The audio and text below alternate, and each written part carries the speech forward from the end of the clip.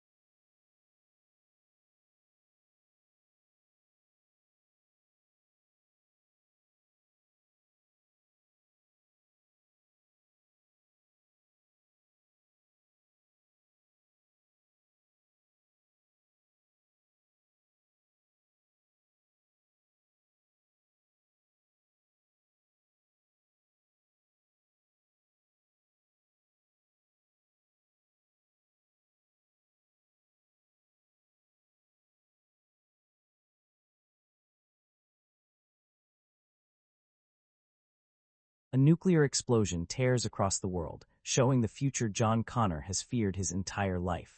Humanity has been nearly wiped out, and machines now dominate the battlefield. Flying war machines patrol the ruins, while Terminators hunt down the remaining survivors. Years after Judgment Day was supposedly prevented, John still refuses to believe the danger is over. He lives completely off the grid, taking temporary jobs, avoiding phones, credit cards, and official records. With no permanent home, he keeps moving, hoping the machines can never find him. But nightmares of the future continue to follow him. After waking from another restless night, John gets back on his motorcycle. His trip ends suddenly when an animal crosses the road, causing him to crash. Elsewhere, a burst of electricity marks the arrival of another traveler from the future. A naked woman appears and quickly kills someone nearby, taking her clothes and vehicle. Once inside the car, she accesses a list of people marked for elimination. When police stop her for running a traffic light, she calmly studies the officer and his weapon. She is no ordinary killer. She is the TX, an advanced Terminator built to hunt and destroy specific targets. The next morning, Kate Brewster spends time with her fiancé when her father calls. Kate had hoped Robert Brewster would finally meet him properly, but Robert is once again too busy with his military work. Kate is disappointed, but his position keeps him constantly occupied. At the same time, another electrical disturbance appears elsewhere in the city. A second Terminator has arrived. Still injured from his crash, John gets dropped off near a veterinary clinic. He refuses to visit a hospital because it could place his name back into official records. Instead, he breaks into the clinic and searches for pain medication. Meanwhile, the newly arrived Terminator walks naked into a crowded bar. Ignoring the reactions around him, he scans the room, chooses a man with suitable clothes, and orders him to hand them over. After getting dressed, he tries on a pair of flashy sunglasses, immediately rejects them and crushes them. He then steals a vehicle, finds a better pair inside, and drives away. The TX has already started eliminating people from her list. She finds one target working at a drive-through restaurant and kills them after confirming their identity. She then heads to a house party, where she tracks down and eliminates several more names without hesitation. Back at the clinic, John takes the medicine and eventually passes out. Later, Kate arrives after receiving an emergency call about an animal. Inside, she notices an empty medicine container and realizes someone has broken in. John wakes up and pulls a gun on her, warning her not to call the police. He explains that he only came for medication because he cannot risk going to a hospital. Kate checks what he swallowed and tells him the drugs are meant for animals. Before John can react, Kate attacks him, gains the advantage, and locks him inside an animal cage. A client soon arrives with a pet. Kate leaves John trapped while she handles the situation, then returns to question him. When he gives his name, Kate recognizes it, John Connor. She suddenly remembers that they knew each other as children and attended the same school. Their unexpected reunion is cut short when someone else enters the clinic. Kate goes to investigate and discovers the TX, who quickly attacks the visitor. Realizing the woman is dangerous, Kate hides while the machine searches the building. During the search, the TX finds a blood-stained bandage. She analyzes the sample and identifies the blood as John Connor's. John had stayed hidden because he had erased himself from official systems. Now the TX knows he is nearby. Kate tries to escape, but another figure suddenly appears. The newly arrived Terminator grabs her and demands to know where John Connor is. Before Kate can respond, a vehicle crashes into the area, causing a violent explosion. The Terminator emerges from the wreckage. He is a T-850. He takes Kate and continues questioning her about John, before locking her inside a storage compartment so she cannot interfere. John manages to escape from the cage. While moving through the damaged clinic, he spots part of the TX and instantly realizes that a Terminator is involved. He runs, but the T-850 catches him and forces him into a vehicle. The TX appears moments later. The T-850 shoots her repeatedly, but the bullets barely slow her down. Realizing a direct fight will not stop her, he gets John away from the clinic. Police race toward the destruction as John and the Terminator escape. Kate, still trapped inside the vehicle, manages to contact emergency services and report that she has been kidnapped, but the call cuts off before she can give enough information.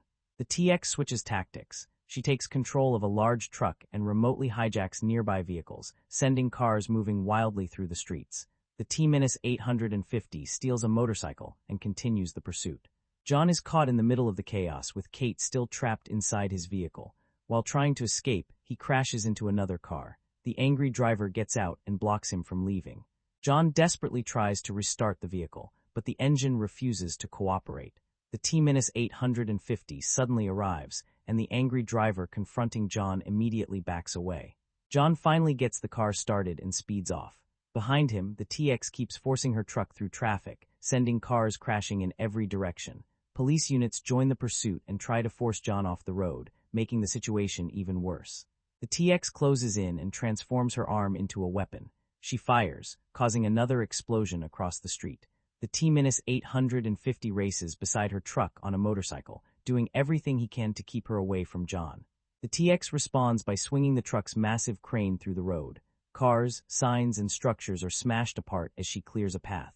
The T-850 fires at the truck's tires, damaging them, but she quickly turns the crane on him. He is struck and thrown across the roadway, but manages to keep going. John continues trying to escape the police while the TX attacks again. She catches the T-850 with the crane and smashes him into the side of a building, sending concrete and glass everywhere. A short time later, the T-850 crashes into a fire truck and immediately takes control of it. He races back into the pursuit and drives straight into the TX's truck. The collision causes another violent wreck. The T-850 manages to throw the TX from the vehicle, but she catches hold of the outside before falling away. He flips the truck to shake her loose, finally separating himself from her. He then reaches John and climbs into his vehicle. Behind them, the TX slowly rises from the burning wreckage and watches them escape. Once they are clear, the T-850 grabs John's face and checks his eyes. After examining him, he determines that John is not seriously injured. John has had enough. He demands answers. He believed Judgment Day had been stopped years ago. Now another Terminator has appeared, another machine has been sent to protect him, and the future he tried to escape seems to be happening anyway. Kate is still locked in the back, shouting and demanding to be released, while John and the T-850 discuss Judgment Day, Skynet, and John's future role as leader of the human resistance. John hates hearing it again. He has spent years avoiding that destiny, only to find himself being pulled straight back into it. During the drive, the T-850 asks John for a knife. John gives it to him, then watches as the machine cuts open his own damaged flesh. Metal is visible underneath. The T-850 removes a damaged internal component and explains that the TX is a much more advanced model. She is faster, stronger, and specifically designed to destroy other Terminators. John immediately asks how they are supposed to beat something more powerful than him. The T-850 gives him no comforting answer. Instead, he throws the damaged component onto the road. Seconds later, it explodes behind them. Eventually, they stop at a gas station for supplies. The T-850 walks inside and begins collecting food, equipment, and anything else he considers useful. He also finds another pair of sunglasses and takes them. The store owner becomes suspicious when the Terminator appears ready to leave with a large amount of merchandise. Outside, Kate gets another chance to resist. As soon as the compartment is opened, she attacks the T-850 and screams for help. The commotion gets the store owner's attention, and he tries to contact the authorities. John attempts to calm Kate and explain what is happening. From her point of view, none of it makes sense. A man she barely remembers has abducted her, with a giant stranger claiming to be a machine from the future. The T-850 confirms exactly that and tells her about what is coming. Kate refuses to believe him. John tries to explain that the situation is much larger than any of them. According to everything he has been told, he is supposed to survive Judgment Day and eventually lead humanity against the machines. Even John struggles to accept that future. As they continue traveling, things become slightly calmer. John and Kate talk about their childhood and slowly remember how they knew each other years earlier. While they reconnect, the TX continues hunting. She reaches Kate's home, where Kate's fiancé, Scott, is waiting. He barely has time to react before the TX kills him. Later, police arrive at the house looking for Kate. Someone who appears to be Scott answers the door and speaks with them, but Scott is already dead. The TX has copied his appearance. The officers tell the fake Scott that Kate has been located and is safe. Without realizing it, they reveal exactly where the TX needs to go. Meanwhile, the T-850 takes John and Kate to another location and forces them out of the vehicle. He leads them into a building where John suddenly notices a familiar name on a tombstone, Sarah Connor. John is stunned. He had never known his mother was buried there. The T-850 opens Sarah's coffin, but there is no body inside. Instead, it is filled with weapons. He explains that Sarah was cremated and her ashes were scattered somewhere else. Before dying, however, she arranged for weapons to be hidden in case Judgment Day still happened. John quietly takes in what his mother had done. Even after everything they went through, Sarah had never completely stopped preparing for the future. Kate notices how deeply the discovery affects him. Then she sees one of the weapons. Kate grabs it and aims directly at the T-850. He calmly walks toward her. She fires. The bullet hits him in the face, but he barely reacts. A moment later, he spits out the flattened round. Kate stares at him in shock. For the first time, John's story becomes impossible to dismiss. Before she can recover, gas canisters suddenly fly into the building. Police and SWAT teams have surrounded the area. Kate runs outside and is immediately taken by the officers. Inside, the T-850 begins preparing weapons. John becomes alarmed, knowing how easily a Terminator could kill the police outside. He desperately tries to stop him from opening fire on everyone. The T-850 suddenly grabs John by the throat and lifts him off the ground. John becomes furious and fights back. The Terminator releases him and tells him to remember that feeling. If John wants to survive what is coming, he needs to use that same determination to keep himself alive. Elsewhere, the officers who spoke to the person they believe is Scott report that Kate has been found. That is all the TX needs. She kills them, drops Scott's appearance, and reveals her true form. Then she turns around and heads directly toward Kate. At the cemetery, Kate is questioned by Dr. Silberman. Still terrified, she tells him the man inside the building is not human. She watched him take a bullet to the face and remain standing. Silberman assumes the shock of the situation has affected her memory and tries to explain it as stress. Then the SWAT team moves in. The doors suddenly open, and the T-850 walks outside carrying Sarah Connor's coffin. Officers immediately open fire, but the bullets barely slow him down. Silberman sees the Terminator and instantly recognizes that something impossible is happening again. The T-850 raises a heavy machine gun and fires across the area, destroying vehicles and equipment while deliberately avoiding killing the officers. Once he clears a path, he loads the coffin into a vehicle. Then John climbs out from inside it. The coffin had been used to hide him during the escape. John and the T-850 steal a vehicle and prepare to leave. Nearby, Kate suddenly sees Scott approaching and moves toward him, but something about him feels wrong. A moment later, Scott's appearance begins changing. It is the TX. Before she can reach Kate, the T-850 arrives and fires a rocket launcher. The blast throws the TX away, giving them enough time to grab Kate and escape. The TX quickly recovers and resumes the chase. By now, Kate no longer doubts John's story. She has seen the machines herself and knows the threat is real. The TX catches their moving vehicle and jumps onto it. Her arm transforms into a cutting tool, and she begins slicing through the roof. The T-850 swerves violently, trying to throw her off, but she keeps holding on. John fires at her through the opening. Eventually, their vehicle crashes through an obstacle that tears away part of the roof and knocks the TX loose. They continue driving while she is left behind. The TX gets back up, inspects the damage to her arm, and angrily burns a nearby tree before continuing her pursuit. Later, John, Kate, and the T-850 stop and take shelter inside a caravan. For the first time since the nightmare began, Kate has a moment to process Scott's death.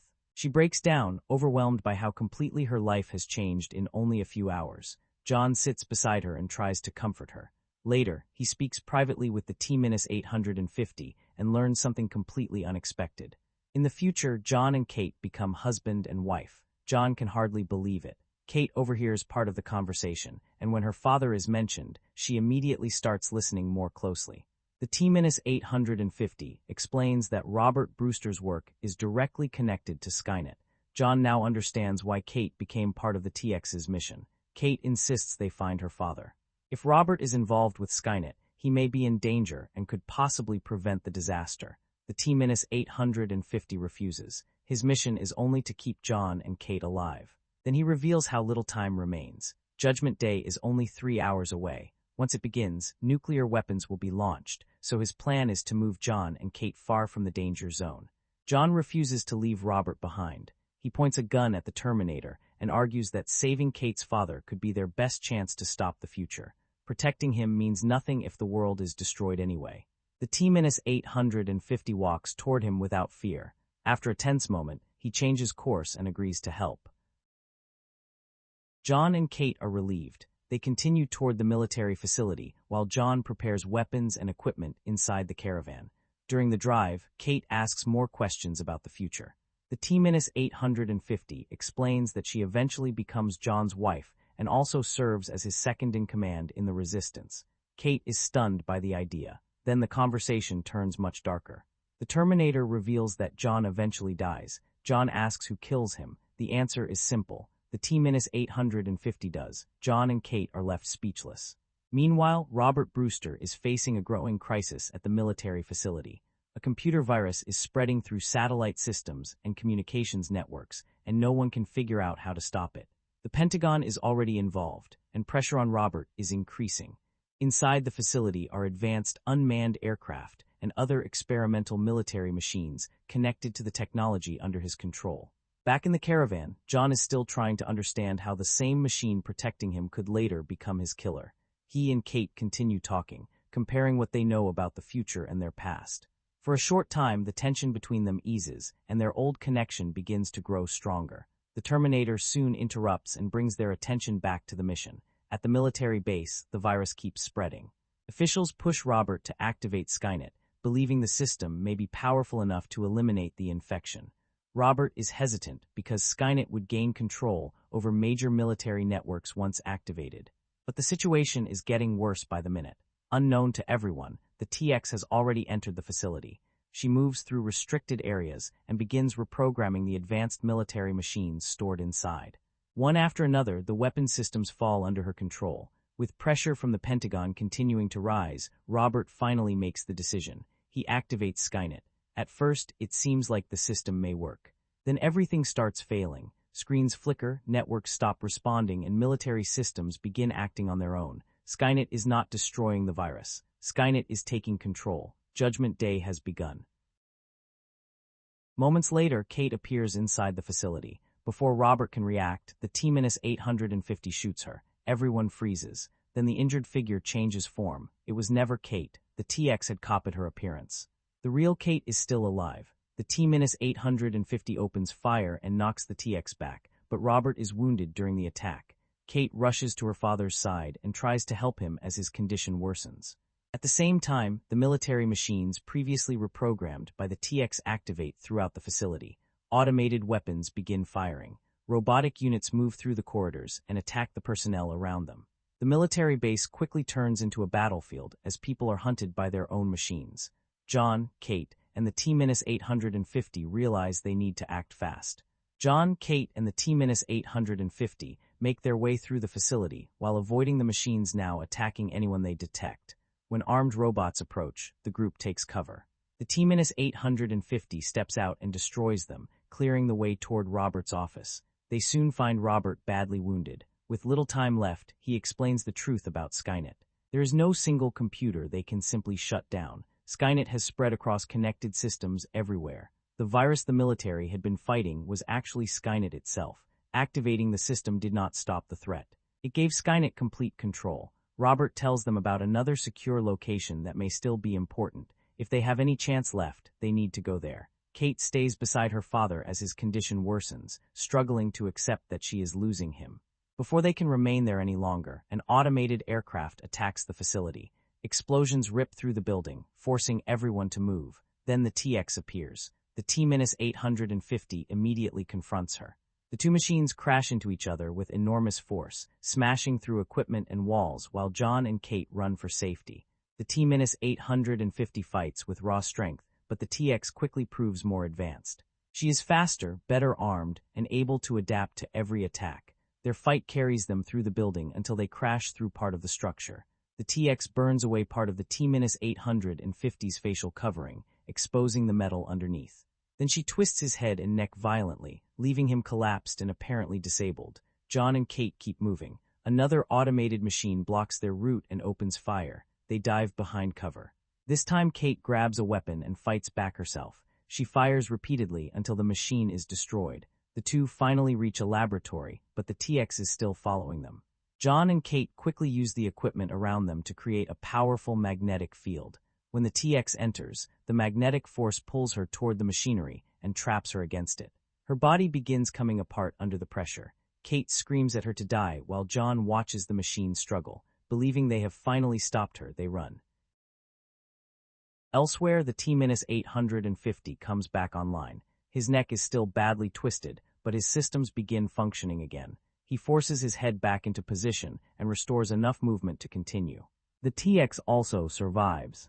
Still caught in the magnetic field, she uses a cutting tool built into her body to free herself. John and Kate reach a small aircraft and prepare to leave. Then they see the T-850 walking toward them. At first they are relieved, but instead of helping, he attacks John. Kate jumps on him, trying to stop the assault, but the Terminator throws her aside and turns back toward John. John realizes what happened. During their fight, the TX must have corrupted the T-850's programming and ordered him to kill John.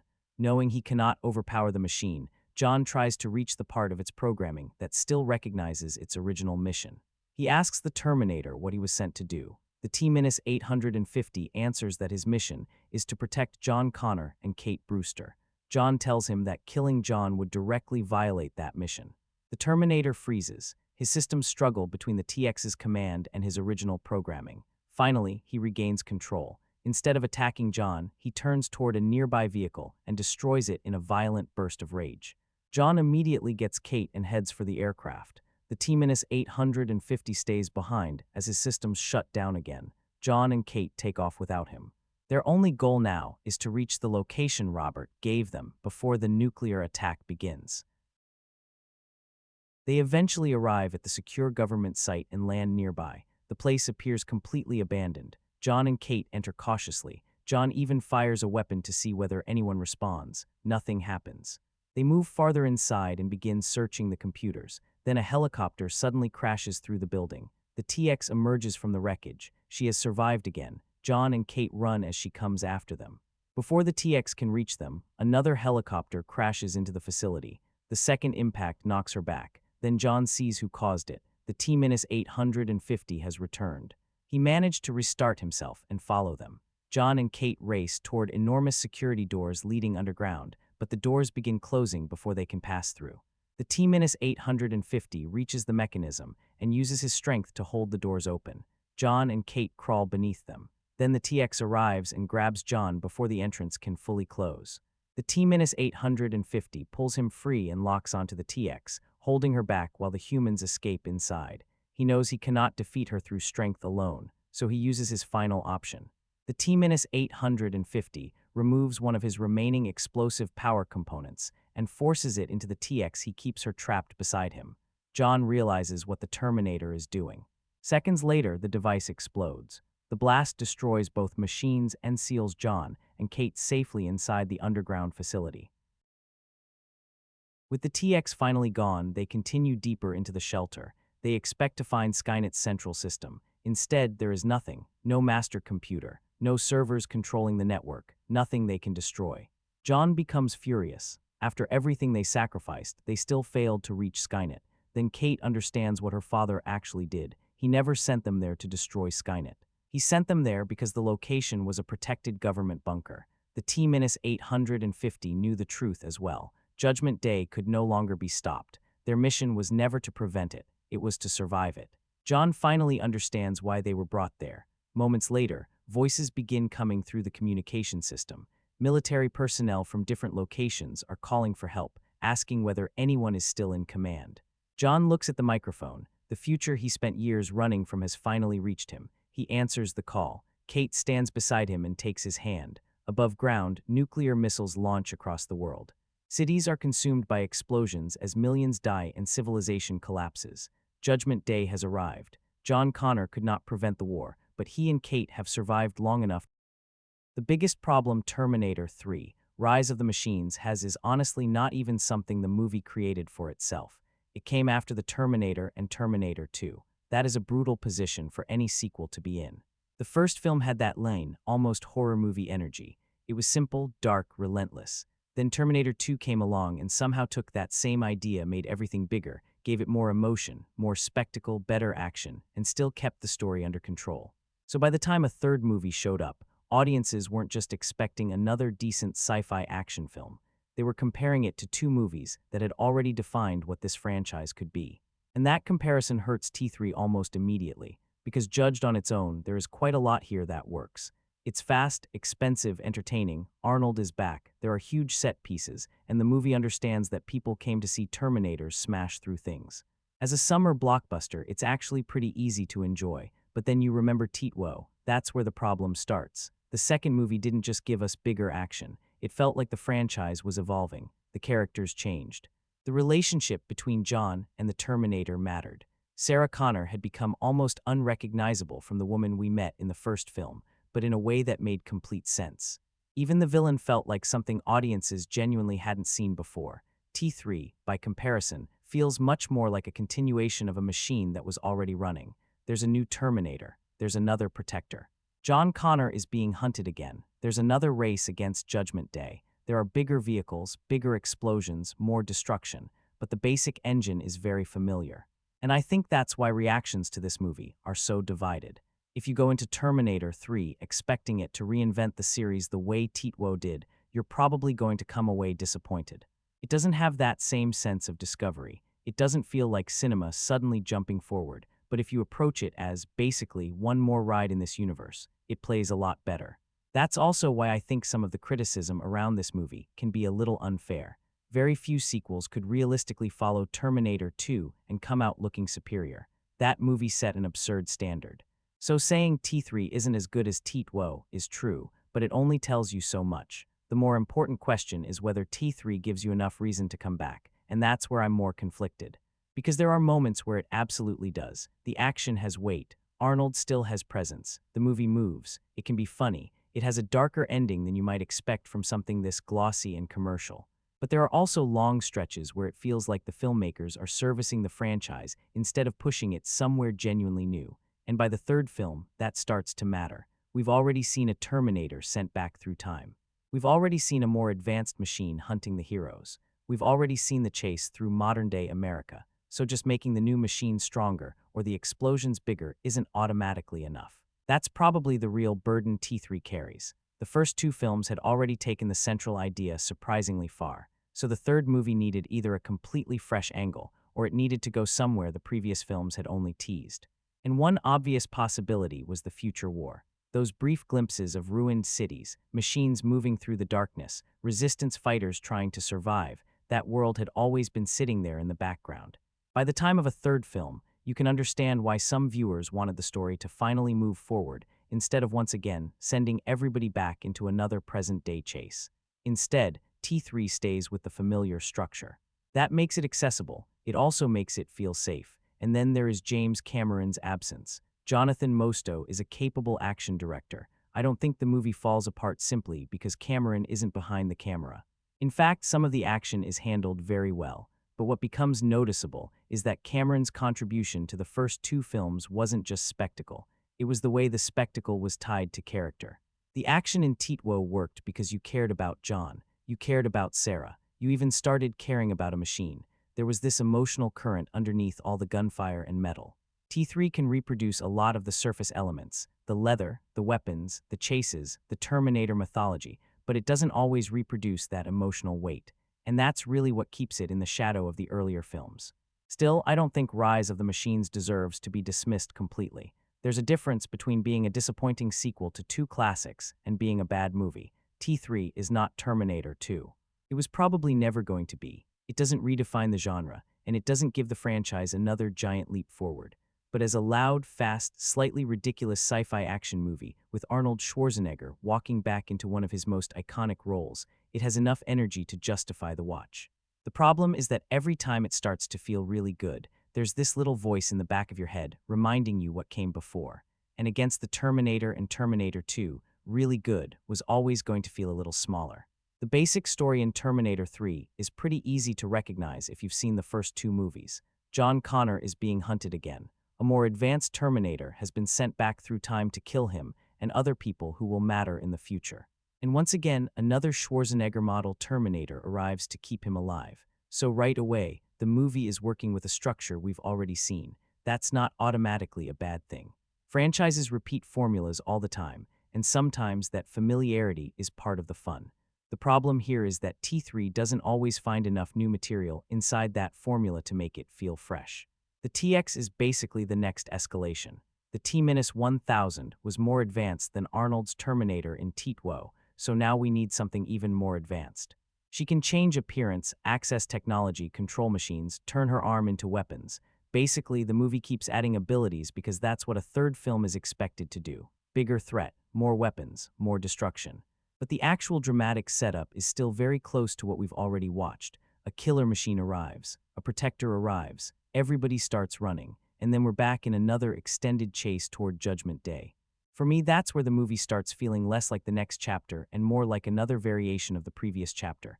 There are some changes, obviously. John is older now. He's living completely off the grid. Sarah is gone.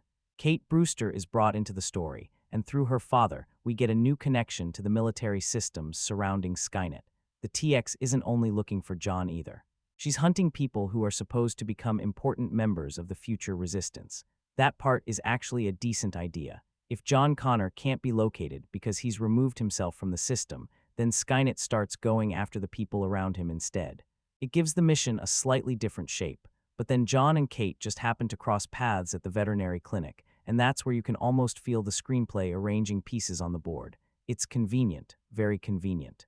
And once we learn Kate isn't just some random person from John's past, but someone who is incredibly important to his future, the coincidence becomes even harder to ignore. Now, depending on how forgiving you are with time travel movies, maybe you just accept it. This franchise has always relied on people from different timelines arriving at exactly the right moments. You kind of have to give the story some room, but T3 keeps asking for that room, and that's where the time travel logic starts getting messy, because Terminator 2 gave us something that felt like a real conclusion.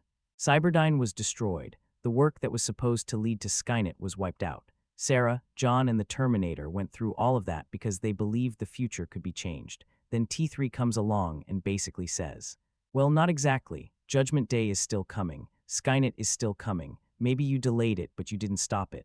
Now, dramatically, that's a pretty bold direction. We'll get into the philosophical side of that later.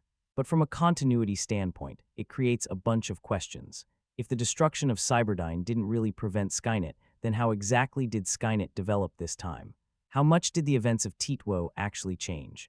And if the future can keep reorganizing itself around whatever the characters do, then at what point does the whole time travel structure become impossible to pin down? That's the danger with these stories. The first movie gives you one timeline problem. The second movie complicates it. By the third movie, you're not just continuing the story anymore. You're explaining why the previous ending didn't actually end anything. And T3 doesn't always do that cleanly. There are smaller continuity issues too. The Terminator Arnold plays here is not the same machine from Titwo. The movie makes that clear. It's another unit from the same line, a different machine entirely. Fine, but then there are moments where he behaves in ways that seem suspiciously connected to what the previous Terminator learned. One example raised by the material is his avoidance of killing humans. In Titwo, that behavior made sense because John specifically taught the Terminator not to kill people. That was part of their relationship.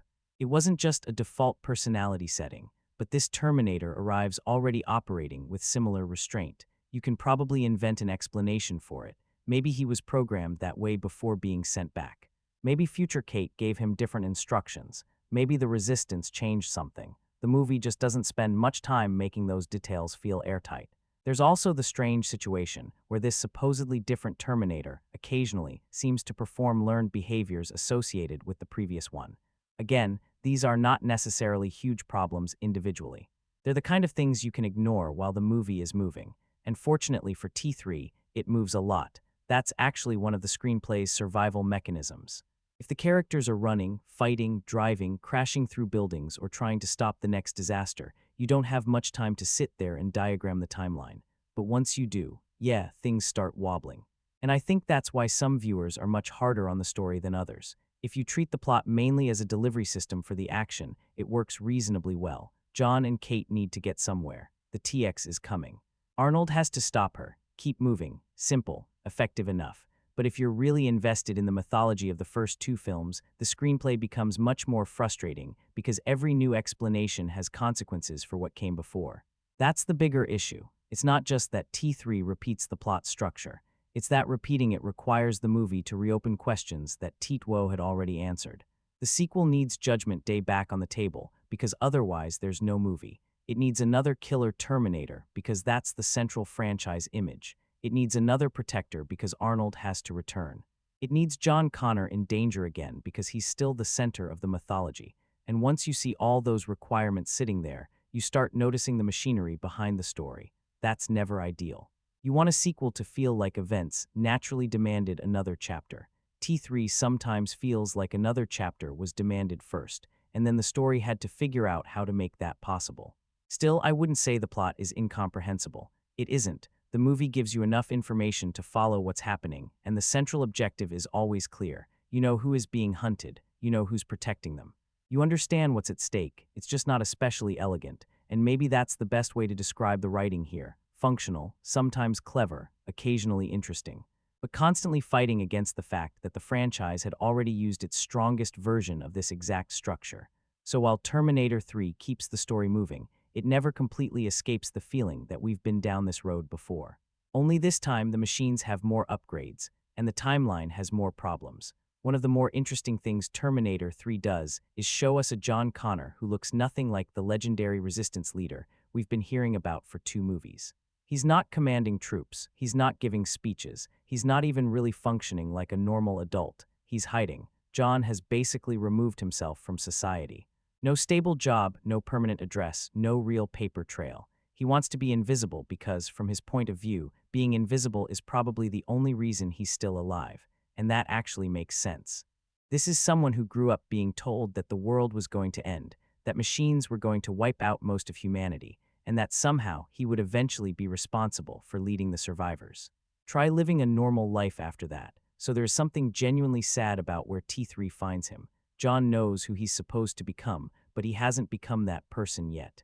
He's stuck in this weird space between an ordinary young man and a future myth, and the future he's waiting for is horrible. That's the cruel part. For John Connor to become the great leader everyone keeps talking about, Judgment Day has to happen first.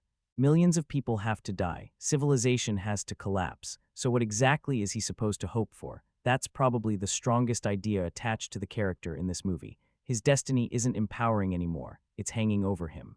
You can see why he's withdrawn, nervous, even a little lost. The problem is that what works on paper doesn't always work on screen. Nick Stahl has a very difficult job here because he's taking over a character that audiences already know, and he's supposed to convince us that this scared, uncertain drifter will eventually become the man who leads humanity against Skynet. And for some people, that leap is just too big. There are scenes where Stahl feels appropriately damaged and uneasy. You can buy that this guy has spent years looking over his shoulder, waiting for something terrible to happen. But there are other moments where John just feels too passive, too unsure of himself. And when the entire mythology keeps telling us this man is going to become the leader of the human resistance, you naturally start looking for some hint of that person. Sometimes it's there, sometimes not really. That's where Kate Brewster becomes interesting, because she often seems more put together than John does. Claire Danes gives Kate a kind of practical toughness. She's confused by what's happening, obviously, but once the situation becomes real, she adapts pretty quickly. At times she actually seems more capable than John, and that's a strange dynamic for this franchise. John is supposed to be the important one, the future leader, the person history is apparently built around, yet Kate is often the one who feels more grounded, more decisive, more emotionally stable. Depending on how you look at it, that's either a nice bit of character contrast or another sign that the movie doesn't quite know how to sell John Connor as the man he's supposed to become. Danes also has the advantage of feeling more natural in the dramatic moments. Even when the writing doesn't give Kate much depth, she usually finds something believable to play. The character itself isn't always as strong. There are points where Kate feels like she's there, because the plot needs another person connected to the future. Then we learn she's not just some random woman John knew years ago. She's going to become important to him later. Very important, and once that information arrives, you can feel the screenplay trying to give her a larger place in the mythology. It works to a point, but it can also feel a little convenient.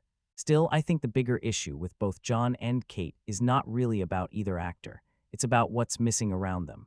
The first two Terminator movies had strong human relationships at their center. The original had Sarah Connor being dragged into a nightmare she didn't understand. Then Titwo had Sarah and John, John and the Terminator, Sarah and the machine she absolutely could not trust. Those relationships gave the action something to sit on. You weren't just watching people run from a robot. You cared about who these people were becoming while they were running. That's harder to find in T3. John and Kate have history, but the emotional connection between them never feels as powerful as the relationships in the earlier films. And then there's Sarah Connor. Her absence is huge. The movie does explain what happened to her, and I don't think it handles that badly. Her influence is still everywhere, especially in John. But Linda Hamilton brought so much intensity to this series that removing Sarah inevitably changes the emotional temperature. Kate is not Sarah Connor, and to be fair, she shouldn't be, but the movie still needs someone to fill that emotional space. It never quite finds an equivalent. That's why T3 can have bigger action, newer machines, more destruction, and still somehow feel smaller on a human level. The characters are there, the performances are mostly fine. There are even some good ideas, especially with John, but the connection isn't as strong. And in a franchise this cold and mechanical, that human connection matters more than you might think. Because the machines were never really the reason these movies worked. The machines were the threat. The people were the reason you cared. Arnold Schwarzenegger is still the easiest part of Terminator 3 to enjoy. That sounds obvious, but it matters, because this movie asks him to carry a lot more than just the action. By this point, the Terminator image is basically built into pop culture. The leather, the weapons, the deadpan delivery, the one-liners. You already know the routine before he even arrives, and somehow he still makes it work. He doesn't need much dialogue to establish the character. He walks into a scene, looks completely unbothered by whatever chaos is happening around him, says something ridiculous with total seriousness, and suddenly the movie has a little more energy. That's Arnold's real advantage here. He knows exactly what this role is. He's not trying to turn the T-850 into some huge dramatic showcase. He understands that the character works through physical presence, timing, and that strange robotic seriousness he's always been so good at. Give him a massive weapon, put him in the middle of a collapsing building, let him throw out a one-liner, and he's completely at home. Even when the material around him gets shaky, he rarely does, but there's something different this time. Arnold is older, you can see it, and instead of pretending that doesn't matter, the movie accidentally finds something interesting in it. This Terminator isn't the newest machine anymore. He's obsolete. He's facing the TX, a model that's faster, more advanced, more adaptable, and generally better equipped. The old Terminator, who once looked almost unstoppable, is now getting thrown around by something newer. And that creates this strange parallel between the character and Schwarzenegger himself. You've got an aging action star playing an aging machine, not literally aging in the human sense, obviously, but outdated, superseded, built for a different generation. I actually like that more than I expected to. Because suddenly Arnold looking a little older isn't necessarily a weakness. It almost becomes part of the character. The T-850 moves like older hardware. He's strong, durable, experienced, but he's not cutting edge anymore, and the movie knows it. There are moments where the TX absolutely handles him. She throws him through walls. She outmaneuvers him. She has weapons built into her body. She can interact with technology in ways he simply can't. He's the old model trying to keep up. That's kind of fun. It also gives the fights a different dynamic from T-2. Back then, Arnold was technically outmatched too, but here the gap feels even more obvious. The T-850 is almost this stubborn piece of machinery that keeps getting back up because that's what it was built to do. And honestly, that fits Schwarzenegger perfectly. He's never been the kind of screen presence that feels fragile. Even when the character is being destroyed, there's still this sense that he'll stand up again somehow. But here's where I think T3 loses something important. The Terminator in T2 became more than a machine, not because he suddenly turned human, but because his relationship with John changed how we saw him. The whole movie gradually built that connection. John was teaching him behavior, language, restraint, even a rough understanding of why humans act the way they do. By the end, that machine actually mattered emotionally. The T-850 in T3 doesn't really get that. He has a job: protect John, protect Kate, get them where they need to go, and that's pretty much the relationship. There are moments of humor and a few bits of tension between them, but nothing with the same emotional pull as John and the Terminator in the second film. So Arnold is still entertaining, but the character itself feels thinner. More functional, he's basically the world's most indestructible bodyguard, and that's fine for an action movie. It just feels like a step backward for a series that had already proved this character could be more interesting than that. The movie seems aware of this too, because it leans harder into comedy. Arnold gets to mock the image. The clothing scene is played as a joke. The sunglasses moment is a joke. Some of the dialogue is knowingly corny. Sometimes it lands.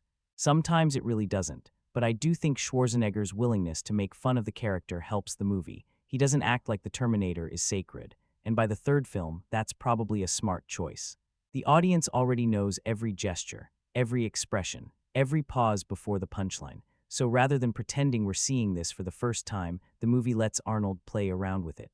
There's also something weirdly appropriate about watching this supposedly outdated machine refusing to disappear, because that's basically what Arnold is doing in the movie too. The action genre had changed. Special effects had changed.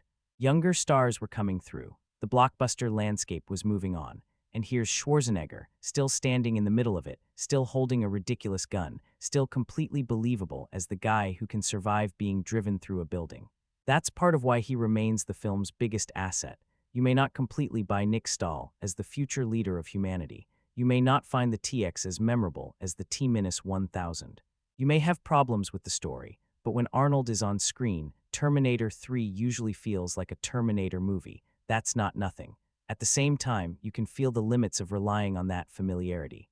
The performance works because we've seen it before. The jokes work because we've seen it before. The entire visual identity works because we've seen it before. And eventually that becomes the question hanging over Arnold's return. Is this still iconic, or are we just comfortable? Probably a little of both. But if Terminator 3 is the story of an older machine trying to prove it still has a place in a newer world, Schwarzenegger is almost too perfect for it. The character may be outdated, the actor may be older, but when the movie needs someone to walk into chaos and make the whole thing feel bigger, Arnold still does the job. Creating a new Terminator villain after the T-1000 was always going to be a problem. Robert Patrick's machine in Terminator 2 was such a clean idea. He looked ordinary, almost harmless, and then suddenly he could turn his body into weapons, walk through impossible damage, and keep coming after you without ever looking tired. So when Terminator 3 introduces the TX, the obvious question is, how do you top that? The movie's answer is basically to give her more of everything. She's faster, more heavily armed. She can change her appearance, control other machines, interact with computer systems, and turn her arms into different weapons. On paper, she's ridiculous, in a good way. You look at the list of abilities and think, okay, Arnold is in serious trouble here. And Kristanna Loken does understand the physical side of the character. She's very controlled, very still. She doesn't overplay anything. Most of the time she has this blank, almost clinical expression that works well for a machine that doesn't need to explain itself. She doesn't say much either, which is probably the right choice. A Terminator usually gets more threatening the less it talks. There are also moments where the TX genuinely feels dangerous, especially when she starts using the technology around her instead of just chasing people on foot. That's one thing this movie does differently. The TX doesn't just have a stronger body. She can manipulate machines around her. That gives the character a wider reach. Suddenly, a normal vehicle or piece of technology can become part of the threat. That's actually a smart evolution of the idea. The problem is that being more advanced doesn't automatically make her more memorable, and this is where the comparison with the T-1000 becomes unavoidable. The T-1000 wasn't terrifying because the movie kept telling us how many features he had. He was terrifying because he never stopped. He had this simple, relentless quality. No jokes, no distractions. No personality beyond the mission. He just kept moving toward John. The TX has more abilities, but somehow she doesn't always create the same pressure. That's strange. You'd think the more powerful machine would automatically feel more dangerous, but that's not really how movie villains work. Threat is about presence. It's about how the film uses the character. And sometimes the TX feels more like a collection of cool ideas than a truly frightening enemy. There are scenes where she gets very close to John and Kate, fails to finish them, disappears for a while, then comes back for the next action sequence. After a while, that starts to weaken the whole unstoppable machine thing, because if she's supposed to be this ultimate killing system, you start wondering why these two normal people keep surviving. Obviously, the movie needs them alive, but you can feel the screenplay protecting them. And once you notice that, the villain becomes less intimidating. There's also the visual design. The movie clearly wants the contrast. Arnold is this huge, old-school machine. The TX is sleek, younger, more modern, more polished. And making the new Terminator female gives the film a different visual dynamic. That's fine. But some reviewers felt the movie leaned too much on Loken's attractiveness and not enough on making the character genuinely disturbing. I can see that. The TX looks cool. She's composed. She's stylish. But cool and scary aren't always the same thing. Robert Patrick could look completely normal and still make a scene uncomfortable. With Loken, you're often watching the character's abilities. With Patrick, you were watching the character. There's a difference. That doesn't mean Loken gives a bad performance. I actually think she does what the role asks. She keeps the movements clean, the expressions minimal, and the voice controlled. The bigger issue is the writing around her. The movie keeps trying to prove she's better than the previous model by adding upgrades, built-in weapons, machine control. More strength, more durability, more technology. But every extra feature also makes the character feel a little more designed. You can almost imagine someone in a production meeting saying, okay, what can this Terminator do that the last one couldn't? And that's a very sequel kind of problem. Instead of asking what would make the villain more frightening, you start asking what would make the villain more advanced. Those are not the same question. Still, the TX does create one thing I really like. She makes Arnold feel vulnerable. Not emotionally vulnerable, physically. The T-850 is clearly outclassed. When they fight, you can see that he's dealing with a machine from another generation. She throws him around. She has more options. She can adapt faster, and that gives their confrontation some energy because Arnold is no longer the biggest threat in the room. The bathroom fight is probably one of the better examples. It's heavy, stupid, destructive fun. Two machines basically using the room as a weapon against each other. That's where the TX works best, not when the movie is explaining what she can do, when she's actually doing it, and maybe that's the fairest way to look at the character. She's a good action villain. She's visually distinct. She gives the movie some entertaining fights. Loken brings the right physical control, but she never quite becomes that nightmare you can't forget. The T-1000 felt like something impossible. The TX feels like an upgrade, and that tells you a lot about Terminator 3 in general. The movie keeps trying to go bigger, newer machine, more weapons, more destruction. More abilities, but bigger isn't always better. Sometimes the simpler idea is the one that gets under your skin, and for all the things the TX can do, that's the one thing she never completely manages. If there is one area where Terminator 3 usually gets the job done, it's the action. Even people who don't particularly like the movie tend to admit that it knows how to destroy things. Cars get crushed, buildings get torn apart, machines get thrown through walls, guns are huge, explosions are constant, and the movie rarely goes very long without finding another excuse to put something expensive in danger. And honestly, some of it is great fun. The crane chase is the obvious highlight. That sequence is completely excessive, but in exactly the way a movie like this should be excessive. You've got this enormous crane tearing through traffic, smashing vehicles, ripping into buildings, and dragging Arnold through what feels like half the city. It's ridiculous, but it's also the kind of ridiculous that works because so much of it has real physical weight. You feel the machinery, you feel the impact. You can actually see vehicles being destroyed instead of everything turning into weightless digital debris. That matters. A lot of modern action can look technically impressive and still feel oddly soft. Here, when something gets hit, it looks like it got hit. The fire truck chase has some of that same energy, so does the cemetery escape. And the fight between the T-850 and the TX in the bathroom is basically two indestructible machines deciding that furniture, walls, and plumbing are optional. There's not much elegance to it.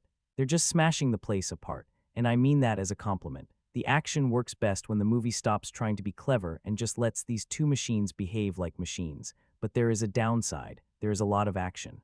Maybe too much. At some point, the movie starts running into the problem where every chase has to be louder than the one before it. You get a pursuit, then another pursuit, then another escape, then another confrontation.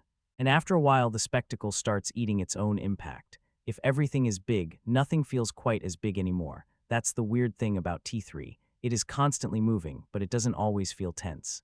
Those are two different things. A movie can have explosions every 5 minutes and still not create suspense.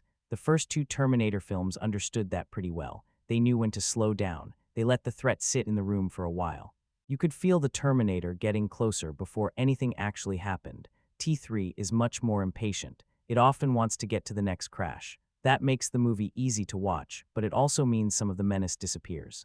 And the pacing is kind of strange because different sections work for different people. Some viewers find the opening slow. Others think the first 30 minutes are actually the best part of the movie. I can see both arguments. The early setup does spend time getting John and Kate into position, but once the crane sequence kicks in, the movie suddenly wakes up. That's probably why that chase stands out so much. It feels like the point where T3 finally says, okay, this is what we're here for. Then the problem becomes maintaining that level. And it doesn't always. There are later sequences with plenty of destruction, but not all of them have the same rhythm or physical excitement. The movie keeps increasing the amount of action without necessarily increasing the tension. By the end, you may not be bored. You might actually be exhausted. Visually, though, the movie still looks expensive. That's important because nothing about Terminator 3 feels cheap. The photography is polished. The editing is clean. The scale is obvious. This was clearly built as a major studio blockbuster, and for the most part it looks like one. The visual effects are a little more complicated. Some of the CGI is solid, some of it has aged, and even at the time, there was always going to be a problem because Terminator 2 had already made special effects part of movie history. That's an unfair comparison, but it's unavoidable. The T-1000 felt revolutionary. People hadn't seen that kind of effect used that way before. By the time T3 arrives, digital effects are everywhere. So even when the technology is more advanced, the sense of discovery is gone. That's why I think the practical stuff often plays better. Watching a real vehicle slam into something has a texture that CGI sometimes can't fake. The crane sequence understands that. The stunt work understands that. The explosions understand that. You don't have to wonder whether something has weight because you're looking at weight. And that gives the movie a kind of old-school action appeal even though it's filled with digital effects. Jonathan Mostow deserves some credit here too. He may not bring the same overall vision James Cameron brought to the earlier films, but when it comes to staging destruction, he knows what he's doing. The action is usually easy to follow. You know where the characters are. You know what is chasing them. You know what just exploded. That sounds basic, but plenty of action movies fail at it. Mostow doesn't. He keeps the sequences clear enough that the chaos actually registers, and I think that's really where Terminator 3 succeeds as a blockbuster. It's not revolutionary. It's not showing you the future of cinema. It's not trying to reinvent what action movies can be. It just wants to put a lot of money on screen and make sure you can see where it went. Most of the time, you can. The strange part is that the movie's biggest strength also exposes one of its biggest weaknesses. The action is good enough that you start wishing the story around it had the same confidence. Because when that crane starts tearing through the street, T3 feels alive. When the machines are fighting, the movie knows exactly what it wants to be. It's when everything slows down and the screenplay has to carry the weight that you start noticing the difference. Still, if you came to Rise of the Machines for large-scale destruction, practical stunt work, huge chases and Arnold getting launched through walls, the movie delivers. Maybe not with the innovation of T2O, but with enough force that for a while you stop caring. One of the biggest changes in Terminator 3 is the tone. This movie is much more willing to joke around. Sometimes that works, sometimes it really doesn't. The earlier films had humor too, especially T2O, but the comedy usually came out of character. John teaching the Terminator how to behave, the awkward one-liners, the machine trying to understand people. It fit naturally into the story. T3 pushes that side much harder. You can feel the movie looking at the franchise and saying, everybody already knows these images, so why not have some fun with them? The best example is Arnold's entrance. In the earlier movie, the Terminator walks into a biker bar, takes some clothes, grabs the sunglasses, and suddenly you've got one of the most iconic action movie introductions ever. T3 basically turns that memory into a punchline. This time he ends up in a strip club. The clothes aren't exactly what you'd expect. The sunglasses gag gets flipped, and the whole thing is played with this very deliberate self-awareness. I actually think that scene works, not because it's subtle. It isn't. It works because Arnold commits to it completely. He never plays the joke. That's important. The situation is ridiculous, but his face stays dead serious. And that contrast is still funny. A lot of the humor in T3 depends on that. Arnold saying something cheesy like it's the most logical statement in the world. That has always been part of his appeal in these movies. The problem is that the script starts leaning on it too much. There are lines here that feel less like something the Terminator would naturally say, and more like the writers trying very hard to create the next catchphrase. Talk to the hand is probably the obvious example. Some people find it funny. For others, that's the exact moment where the movie crosses the line from self-aware to embarrassing. And I get both reactions. In the right mood, it's dumb fun. But if you're comparing this movie to the colder, more threatening atmosphere of the first two, those jokes can feel like they're constantly letting the air out of the room. That's the bigger issue with the comedy. It's not just whether the jokes are funny. It's what they do to the tension. A Terminator movie works best when there is this feeling that something terrible is always getting closer. T3 often interrupts that feeling with a wink. Sometimes it's a callback. Sometimes it's a one-liner. Sometimes it's just a scene designed to remind you that the movie knows how ridiculous all of this is. And after a while, the danger doesn't feel quite as dangerous. The TX can be chasing everyone through the city. Arnold can be smashing through walls. Judgment Day can be hanging over the whole story. And then the movie wants to make sure you get the joke. That's a difficult balance. I don't think the lighter tone destroys the film. Actually, part of me understands why they went this way. By the third movie, the Terminator image had become incredibly familiar. The leather jacket, the sunglasses, the robotic one-liners, the slow walk, the huge weapons. You can't really present all of that with exactly the same seriousness forever. At some point, the movie either has to change the formula or acknowledge the fact that people know the formula. T3 chooses acknowledgement, and sometimes that gives the movie a nice, relaxed energy. It doesn't act like every moment is sacred. It doesn't treat the franchise like some untouchable mythology. There is something refreshing about that, but there's also a risk. Once a franchise starts parodying its own most famous moments, you start wondering whether it still believes in them. That's where the self-parody becomes a little dangerous. Are we laughing because the movie has found a clever new angle? Or are we laughing because the old ideas have become too familiar to play straight? That question hangs over a lot of the humor. The same thing happens with the dialogue. There are still some lines that land because Arnold knows exactly how to deliver them. He can make a mediocre line sound better just by pausing before it. But outside of Arnold, the script is often much less memorable. Some of the dialogue is pretty basic, some of it is cliché. And there are moments where characters are explaining things rather than actually talking like people. That's a noticeable drop when you compare it to the earlier films, where even the exposition usually had some tension or personality behind it. Here, the story occasionally stops so someone can explain the next piece of mythology. And because the movie is moving so quickly, the dialogue can feel like connective tissue between action scenes. That's not always a problem in a blockbuster. But in a Terminator movie, it stands out because the earlier films gave you memorable character moments between the explosions. There's also Dr. Silberman's return. It's basically a callback, a familiar face. A joke for people who remember the earlier movies, and that's pretty much the function. Again, I don't hate it. It's fun seeing him, but it also shows how much T3 depends on recognition. You remember this character. You remember this setup. You remember this line. You remember this visual. The movie keeps reaching back, and that can be entertaining. Nostalgia works for a reason, but it also reinforces the feeling that T3 doesn't have quite as much new material of its own. That's probably the strange thing about the tone. The comedy makes the movie easier to enjoy in the moment. It gives Arnold more personality. It keeps the film from becoming too heavy. And for some viewers, that's exactly why T3 works as a summer blockbuster. It's big, loud, self-aware, and not afraid to be a little stupid. But for other viewers, that same choice is one of the reasons the movie feels less like Terminator. The darkness is still there, the apocalypse is still there, the idea of Judgment Day is still serious, but the movie doesn't sit in that dread for very long. It keeps cracking the tension, and once that happens enough times, the atmosphere changes. So I don't think the problem is that Terminator 3 has humor. The first two movies had humor. The problem is that T3 sometimes seems more interested in reminding you that it knows it's a Terminator movie than in making you forget you're watching one. When the jokes come naturally, Arnold is still funny. When the movie starts chasing laughs, you can feel it, and that difference pretty much defines the whole tonal shift.